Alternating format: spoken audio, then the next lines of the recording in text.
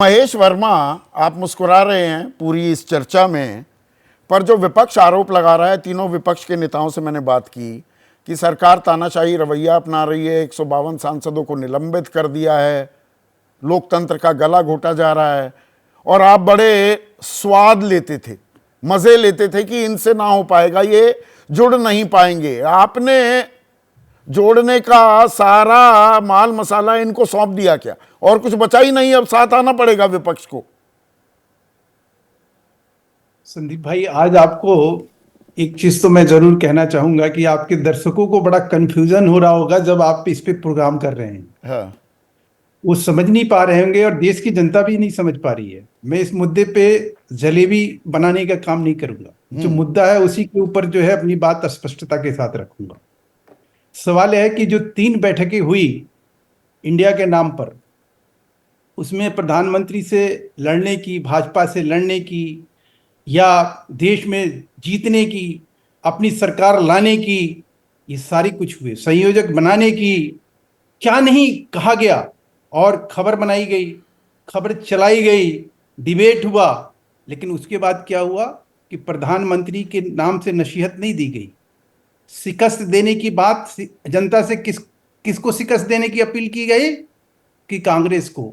भ्रष्टाचारी किसको बताया गया? कांग्रेस को। सामना में कल का शिवसेना के मुखपत्र में देखिए, अहंकारी किसको करार दिया? कांग्रेस को। पोस्टर पीएम का किसका लगा? नीतीश जी के नाम से। केसी त्यागी क्या कह रहे हैं कि 1 साल टाइम खराब हो गया, अच्छा होता कि हम कुछ और कर लेते। अब ये सारी चीजें एक महाभारत का एक प्रकरण है कि युधिष्ठिर अपने भाइयों को जिंदा करने की कोशिश करते तो यक्ष पूछता है कि तुम्हें सच बोलना है, तो सच तो कम से कम बोलने का ये साहस करे। पहले इंडिया के नाम से सच बोलने का अगर आपके पास साहस नहीं, आप देखिए ना, आज इंडिया की बैठक हुई और 22 को जो है इंडिया के नाम पर प्रदर्शन नहीं होगा, कांग्रेस के नाम पर प्रदर्शन। क्या मजाक है? कमाल की गठबंधन है ये। ठगबंधन इसको कहें या गठबंधन कहें इसको? तो सवाल यह है कि अगर संदीप भाई, अगर जनता बारीकी से फॉलो कर रहे हैं कि अरे कांग्रेस अगुवाई करेगी, वो नहीं करेगी, तो थोड़ी दिल की धड़कनें बढ़ रही हैं साहब। संदीप भाई, आप सोचिए ना, एनालिसिस करिए, आप बुद्धिजीवी पत्रकार हैं। इनका वोट एक दूसरे में बटा हुआ है, ये एक दूसरे के पूरक हैं। इनका मतदाता अगर एक तरफ दूसरे तरफ गया तो एक खाली हो जाएगा। आज बताइए ना, तृणमूल कांग्रेस जो है पश्चिम बंगाल में पूरी तरह से खाली करके ही तो वहां बनी हुई है। और इनके जो और इसमें एलाई हैं वो तो अभी नेचुरल एलाई हैं। अब लालू यादव, नीतीश, ये क्या है? अभी भी हैं।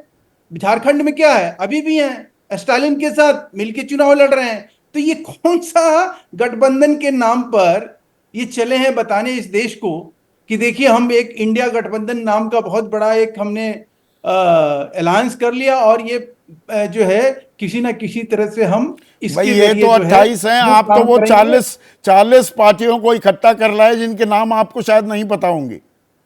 सर, हमें तो कुछ मालूम नहीं है, लेकिन हमें जनता को इतना तो पता होना चाहिए ना। हमको और आपको इतना कि केजरीवाल कल कह रहे हैं जाके कि हम पंजाब में 13 सीट पे चुनाव लड़ेंगे। अब आप क्या करेंगे इंडिया गठबंधन में? वो सवाल अभी बचा हुआ है, वो सवाल भी पूछने वाला हूं। एक प्रश्न है, इसका कौन जवाब देगा? आपके दर्शक कंफ्यूज हो रहे हैं या नहीं हो रहे हैं? जैसे ही घड़ी का काटा दोपहर 2:30 पे आए, बबीता जी का दिल सास बहू साजिश के लिए मचल जाए।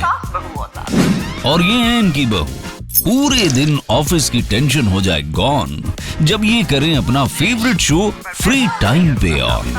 इनकी तरह आप भी देखिए अपना फेवरेट शो अपने टाइम पर और डाउनलोड कीजिए एबीपी लाइव ऐप अपने स्मार्ट टीवी पर।